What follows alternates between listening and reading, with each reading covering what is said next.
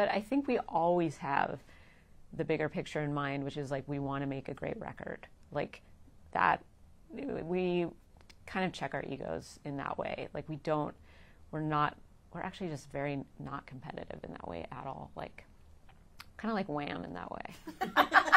So it's a great documentary.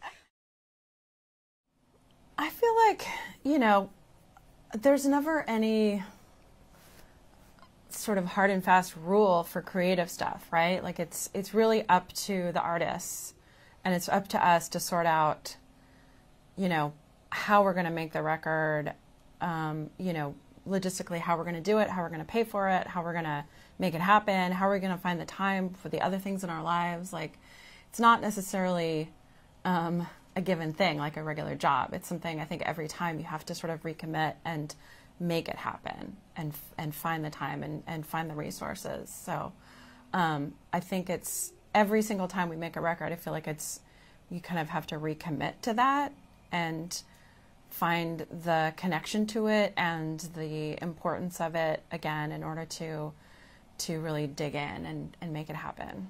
Yeah, you have to get to a place where it feels like an imperative and compulsory, and once you get there, then it kind of opens up for you. But I think when you have finished an album cycle and you're like dipping back into that creative well, like the worry is like, well, what is there? Like, what will we find? And it takes exploration and patience and grit, but you don't necessarily know what's inside of that being, I guess, until you get in there. It's always a little scary to restart, but there's a loose conversation, but there's never like a formal conversation.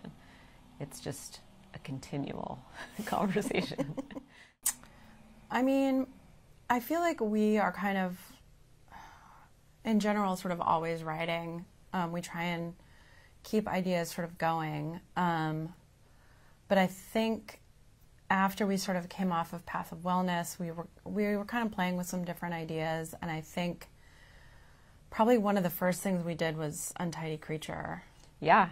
I had that riff, that opening riff.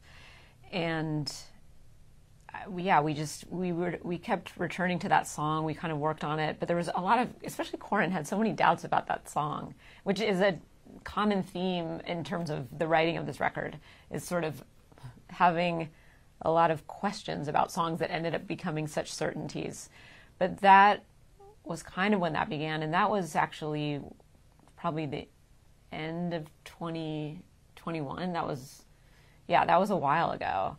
And then we were working on it for quite a while. We had we had Needlessly Wild. That was their Crusader, Say It Like You Mean It. Like a lot of the album was already kind of being developed, and we knew, I don't know, we knew we had something, but it kind of didn't fully like take shape, I think, until probably, the middle of or early part of 2022, spring 2022. We really thought like, okay, we are getting close to like having a new record, and we really love these songs. I read that Untidy Creatures almost didn't make the album. Is that because of these reservations? Almost none of those songs made the album. I didn't want to put Say It Like You Mean It on it. Which is shocking. I didn't want to, Shocking. I don't know, I don't know how to describe it, but it just felt very vulnerable and felt very, like, almost overly emotional, And I don't know, it seemed kind of like, people don't want to hear that. It's so over the top, and I disagree. And yeah, and so it took me a long time to really realize, like, well, that's just what this record is. It's really raw, and that's kind of what was sort of pulling it all together in a way. Mm-hmm. Yeah, I mean, we've been talking to John Congleton since No Cities to Love. Like, he almost produced that, and then I think we even talked to him maybe at the center, before Center Won't Hold, before we worked with Annie. We've just known each other for a long time. We've been talking about it for a long time, but it just kind of like clicked, and schedules worked, and the material, I think, was really suited to what he does. Yeah. And John, I think he's a good producer for us because he understands the lexicon, like the musical lexicon of Sleater-Kinney. Like, he's not in there to just like dissemble it. But he really knows how to bring out performances from us. He was really good with rhythm and, you know, like thinking about like drums and, we just share such a musical language. You know, he was in a band that was on Kill Rock Stars. Like, we just have this long history. So even just this ongoing kind of like dialogue that we had that was like both very earnest and also very absurd was really fun in the studio. And he's a good hang. And I feel like this record challenged him and excited him, and we felt mutually excited about what he was bringing to it. But yeah, we came in already with, you know, the compositions and the arrangements, and he just was really good at like figuring out how to bring out the best of these songs and the best of like the playing and the singing. Yeah, Hell is an interesting song because I feel like this song is one of those that came to me and was like, hello, I am a song that you need to write. Like, I was literally in a record store listening to music and wandering around, and sometimes a song sort of rings your doorbell. That's what Kristen Hurst, she talks about songwriting, and you actually, like, it comes to you, and it's like, you need to write this. This is something that it just arrives, and it was really important, and I felt like it was talking about a bunch of different things that had been going on, but it did it in such a way that was dropping us in a place and a time and a feeling and an emotion of helplessness and frustration and revelation of just, you know, how much control we had sort of conceded at that like present moment in time. And so I literally started like writing all the lyrics into my phone and had all these ideas and, came up with this sort of melody, the two different melodies for it. And I was like, this is super weird. I was like, this isn't going to go on the album. It's just something that came into my head, you know, but I think, you know, when we started working on it, it became, almost like a symbol of, like I was saying, like recognizing, you know, how sort of deeply in crisis we are, right? Like as human beings, as the planet, in terms of the violence in our culture, like I think it's pretty specific to America and to who we are. It's not about religion. It's about a feeling of, that we've conceded all these different things without really thinking it through, I think. And so, you know, I didn't expect people to respond to it. And Carrie was like, oh, no, it's great. And I was like, really? It's such a weird song. And John Congleton also was like, yeah, great, let's do it. You know, so it was just, it kind of suited the, like I said, the drama of this record and the you know, the chaos we've been through for the past however many years. Like it relates to all of that, I think. Yeah, and I think it's a good opener because for me at least, like this idea of hell, I feel like there's sort of a freedom of being like, okay, well, if we're living, and it's not just like cultural and societal stuff, it's like the personal like turmoil of living, of like feelings that are dark and despairing. And like, okay, well, if we just reframe, if we stop like reaching for these like halcyon, like utopian moments, and we just acknowledge that we're all kind of living in this inverse landscape of darkness and of uncertainty, then wow, like we're all welcome here. Like there's a freedom in that. So to me, like it felt, I think as an opener, it's sort of like, no, yes, we're here, like come in, like let's get in it, you know? And so that to me is always a good opener. It's like, come inside this world, like, and it's going to be pretty loud and and with moments of like quiet and beauty and fragility. I think there's definitely exploration of the liminal, you know, of sort of being between two states of, like, you know, joy and grief, or alive and dead, high low, you know, like, you know, the album cover, or, you know, sort of in a doorway on a precipice, like this idea of precarity. And I think that has a religious quality to it, like this questioning and wondering about what happens next and what came before. And I think that, like, there is a thread of that in a lot of these songs, for sure. I will say that, you know, a lot of these songs were written before I, you know, lost my mom, but it was, her death informed the process as much as it informed, like, the actual content of the songs, because I sort of, you know, like, I think this is probably the first record in a really long time that Corin does the lion's share of the singing, and it's a different kind of singing. It's a singing I haven't really heard from Corin and since maybe like The Woods or something. And so it's interesting to hear you say, like, I feel so vulnerable singing like that, but it has been a while. But, you know, I really needed to hear Corin's voice. Like, so much of the grief was returning to what I needed, you know, where I found comfort. And to me, it was like, well, I can work on this, and I'll write songs and play guitar, but I just need you to sing. And so I think a lot of the sonic, like, quality and the way she's singing on the record, it was part of that conversation between the two of us.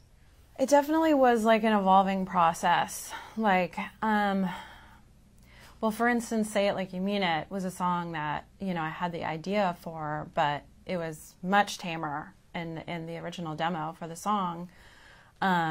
You know, and we were kind of trying it in the studio and playing with it, and it wasn't coming out in a way that sort of matched the emotional quality of the rest of the songs. And John was like, we're not there, you know, and I was like, what do you mean we're not there? Like, it was very, very frustrating. And so I turned around and came back the next day, and I had, like, rewritten the melody. So it was really emotional, you know, and that was just like what needed to happen. It's like everything just got sort of pushed up to this other level of feeling like, you know, there was like a crisis that was happening, and the singing reflected that, and the music reflected it, and it all kind of like drew things together in a way that kind of made the quality of it very heightened.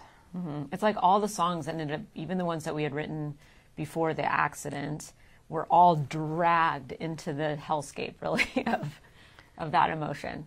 You know, so it's like and that's when the songs kind of became the fully realized versions of the songs, when they all sort of ended up at this, like, dark finish line.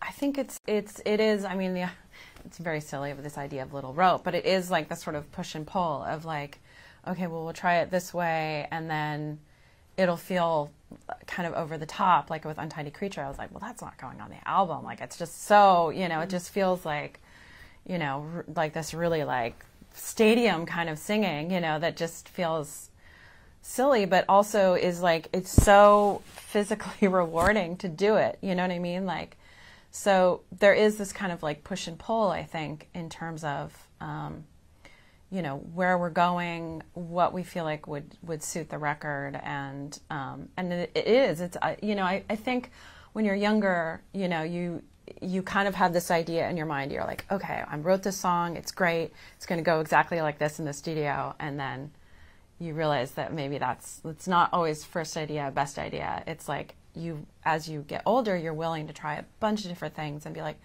okay, maybe that wasn't the best way to do it. Maybe I'll try it this way. Maybe we'll rearrange this part, you know, and I think that helps you grow as a writer, you know.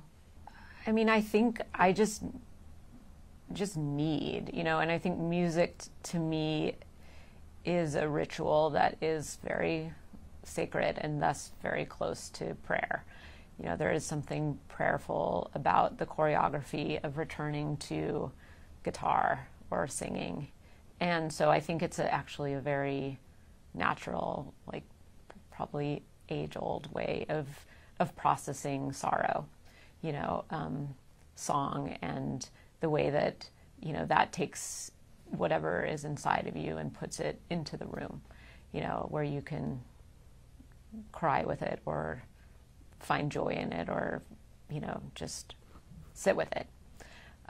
So that like interiority versus like the exteriority, I guess, of playing music is really important, I think, for just the process of living with grief. So yeah, I mean, I returned to guitar. You know, I would play all the time. Corin would send me demos of and songs, and I would just like, okay, well, I added this part, and here I'm just playing, and I just needed to, you know, feel like my fingers on something that was solid. Like when people leave this earth, like you're aware of what is still here and what is still tactile versus what you'll never touch again. So yeah. Yeah, I mean, I think that's like, you know, it's kind of part of the deal when you're an artist in some ways, is like, you know, you kind of have to open that door, and it's uncomfortable sometimes, you know, but it's also like just so necessary, and it's so integral, right, to the relationship between yourself and your audience. And that's something that we're so, I think, fortunate to have, is like the live moment of playing those songs for people who are standing in front of us is like, for me, that's like the core of what we do. And that's like a core moment of like that shared moment that is, you know, like Bruce Springsteen said, you have your religion, I've got mine. You know, it's like that moment when I'm in an audience for someone like that, or I'm sharing that with an audience member as an artist, is like, it's really special and it's really precious. And so, you know, that it kind of is the how, is like you kind of crack that open and you are willing to go there, and the audience is willing to go there with you. And that moment that's sort of like the transcendent moment where you're both giving and gaining, I think, when you kind of share those like personal things in your songs. And Sleater-Kinney, I think, has always been a band that is a container for our vulnerabilities and, you know, what we're living through and going through. Like, it's always been a reflection of that. I think we've always written from a place of honesty and transparency. And also, songs aren't static. So something that is written in a place of pain, you know, can eventually be sung enough that it has nothing to do with that anymore. You know, that it takes the same experience, the same words, and makes them, you know, about something else, like something that's elevated and blissful, or just, it just changes. It's, you know, it mutates. And that's what's so great about all the songs. I mean, we have so many songs that come from a place of strife or anger, and then they just sound triumphant after a while. And that, I think, is like the beauty of sharing music with people, is that you're meeting them where they're at. And they might also be grieving, or they might be having the best night of their lives. And suddenly this song is just helping them celebrate something. Like, it's just very fluid. And I really love that about it. I appreciate it. So, yeah. Honestly, the songs changed so much, you know, and there was like so much fluidity to the process, and like what we thought was going to make sense being on an album. I really didn't think that people were going to be like, oh yeah, Hell's going on the album. Like, it felt like an idea. This is news to me. This is like, there's so many, but this is the common thread with this record. Yeah. It's like, Hell, Say It Like You Mean It, which when Corin sent me that song, I played it. She didn't even have verse, lyrics, or melody. The verses were blank. And then she had a chorus. And I already was listening to it over and over. I'm like, wow, this just is like, it already sounds like a classic. Like, there's something so classic about this song. So that's funny to me. I do think there might be a song that unlocked that, though. But it definitely wasn't any of those songs.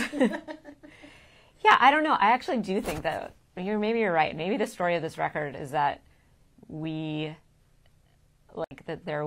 it's sort of about uncertainty, and there was a lack. I actually think it's amazing to be this far along in our career and like be writing these songs and be like, we don't know. Like, we just don't know if this is, which is a nice feeling. That's how you sometimes feel when you're just starting out. It was somewhere around Hunt You Down. That was like, I think there was a handful of songs we wrote around that song that felt, I thought like, okay, yeah, we're getting there. I feel like Don't Feel Right was really important, but that also was one where it almost didn't go on the record. Yeah, Don't Feel Right, Hunt You Down. There were certain ones, yeah, that I think that was like a really fruitful writing period for us.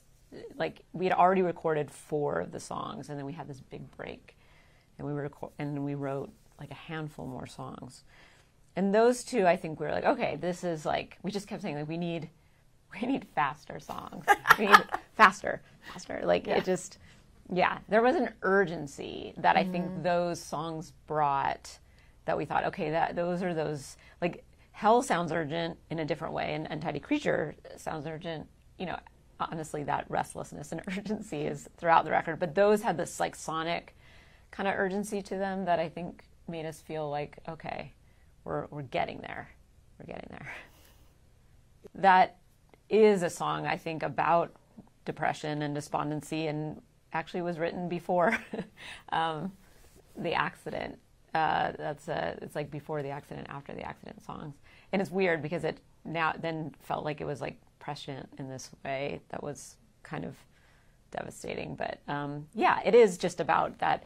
I mean, yes, it obviously conjures some of those negative thoughts, but it's also about like steeling yourself against those very things and kind of facing it, I guess. But yeah, it's also just about asking people in your life and yourself to just sort of reckon with that melancholy, you know, and like that first line, you know, dress yourself, like, get up, girl, and dress yourself in clothes you love for a world you hate. Like, to me, like, that's like so many days, you know, where you're just like that weird just juxtaposition of just like what you present versus what you feel inside, to me is like, it is the present era.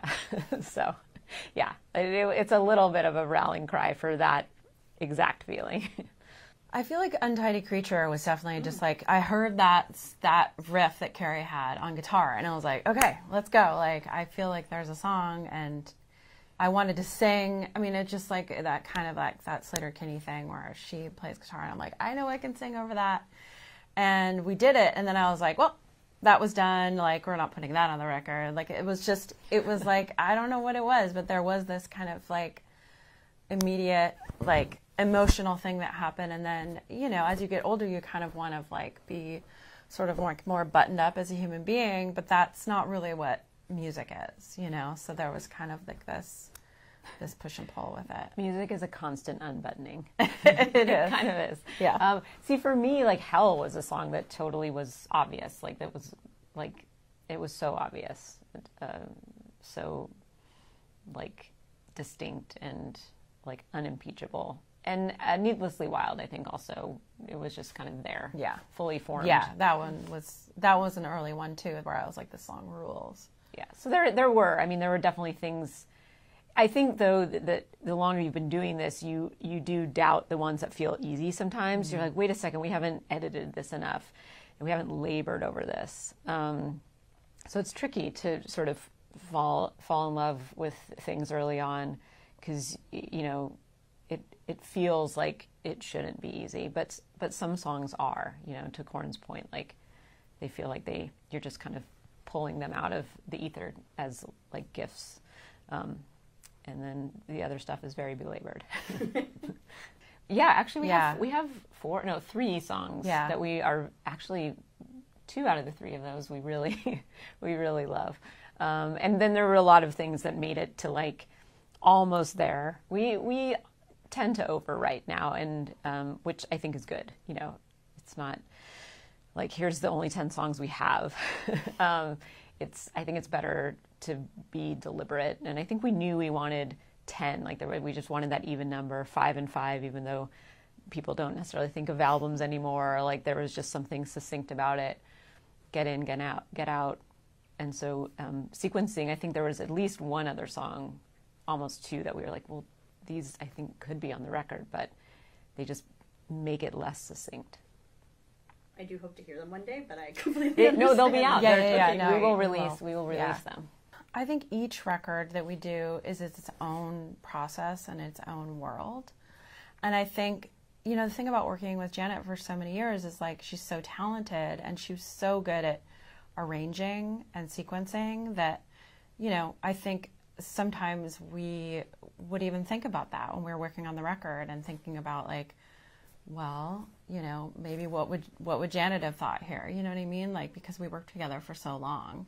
So, but this record was its own process. Like I said, it was very, you know, back and forth between the two of us and trying different things. And then, you know, our relationship and everything that had happened just really influenced it. So it was like we really felt like we needed to rely on each other. And that's kind of what amplified the emotions, I think, on the record. Yeah, I mean, I think we were drawing from all eras of the writing for us because, you know, even Dig Me Out was Corin and I just writing on guitar and, but like Corin said, there were, you know, times we would kind of jam out a song with Janet. So yeah, we sort of know now many ways in which to write, but this one also felt familiar. And unlike the last couple, we sat in a room with each other playing guitar a lot. And that is a very familiar feeling and a good feeling. And it's not always, doesn't always bring us the best work, but it's a way that we connect and it's a way that we know, you know, it's something that feels very, very familiar. I think that we, as personalities, like we just kind of want to push to make something better and, you know, and do it in a kind way, but say like, hey, you know, I feel like this song maybe could go a little further here, or maybe we need to work on this, you know. It's that confidence to say like, what if we try this? What about this? You know, and then being able to say like, actually, no, I think we had it at this version of the chorus, you know, like we've just done it long enough that we can try those things and we can, you know, don't be so uptight about like trying something different and then going back to like this other version that you had that you think worked better, you know? Yeah, I think ultimately we can be vulnerable with each other. I mean, it is such a vulnerable process to, whether you're sitting and playing something for someone or singing something for the first time, you know, we'll always be like, you do the melody, no, you do the melody. Like we toss that back and forth, and you have to trust that the other person is not going to basically laugh at your idea, you know, that, and we know how to sort of like kindly critique each other's work and how to pivot from something and how to make suggestions. But I think we always have the bigger picture in mind, which is like, we want to make a great record. Like that, we kind of check our egos in that way. Like we're actually just very not competitive in that way at all. Like, kind of like Wham in that way. This is a great documentary. But like, it's, I mean, everyone brings ego, but like, we know, I think, when the other person has it, like, we're like, you have that, that's right. So you kind of have to just take your lumps, and we're just better at communicating probably than we've ever been. Yeah, but it just happens.